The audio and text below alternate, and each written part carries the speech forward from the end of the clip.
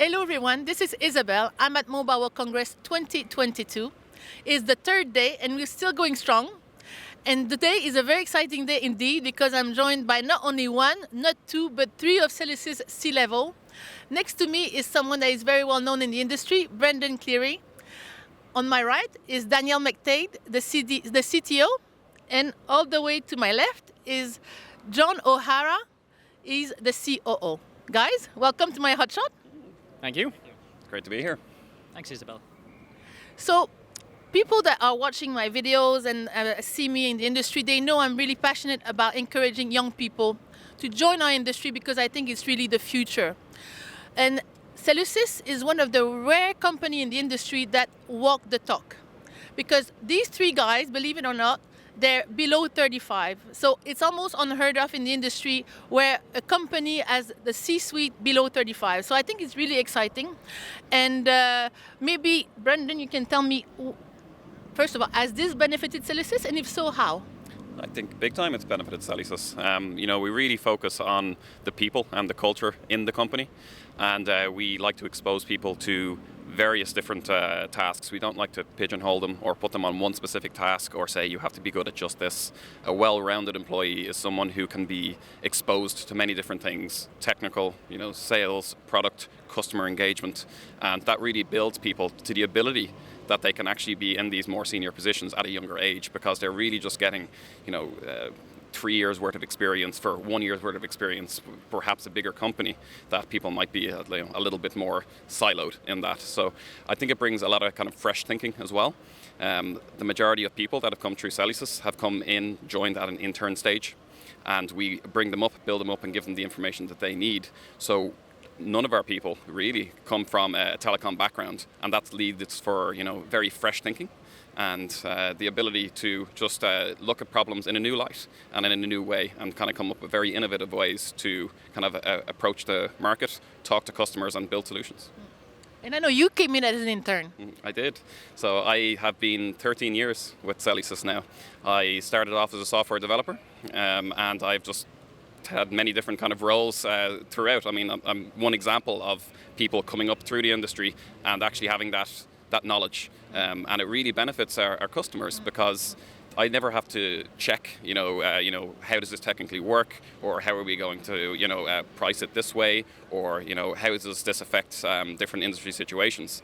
So I think having that one-stop shop, to get people that wide breadth of experience really benefits the customers because they really feel like they're in safe hands when they're talking to people.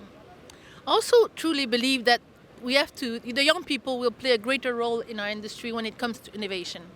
So, Danielle, you're my next victim. Okay. You're trying to hide behind me, it's not working. I was hoping I wouldn't get spotted. So, how can we harness the power of young people to trigger innovation? You're the CTO of Cellusys. How do you do that?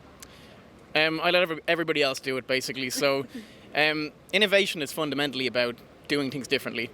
And as Brendan mentioned, we've always encouraged people to offer their opinions. We have to listen. We have to understand our own biases. So even, for example, you say we're young, but we've got 13 or 14 years experience in this industry. And even I've got my own biases. I think this is the way things should be done. And that can be wrong. We came in, we looked at things differently, and we encouraged everyone in the company to do the same. So all the engineering team, younger than us, doesn't matter what level they're at, they're encouraged to offer opinions, to offer ideas on how we should do things. So really the key to innovation is to always be thinking of, are we doing this the best way? Always questioning everything, and that's the culture that we try and promote.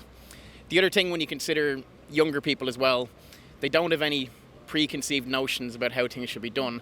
So whereas we might not have a lot of people with industry experience elsewhere, we take that as a benefit because we don't think this is how it was always done, this is how it has to be done in future. And that really benefits us. We take everything from a fresh point of view. We encourage our people to be technically excellent. And that enables them to come up with all the best ideas. So I do very little every day. Good to know. Did you know that? I do now. It's a very easy job. You've been found. It's a very easy job. I love it.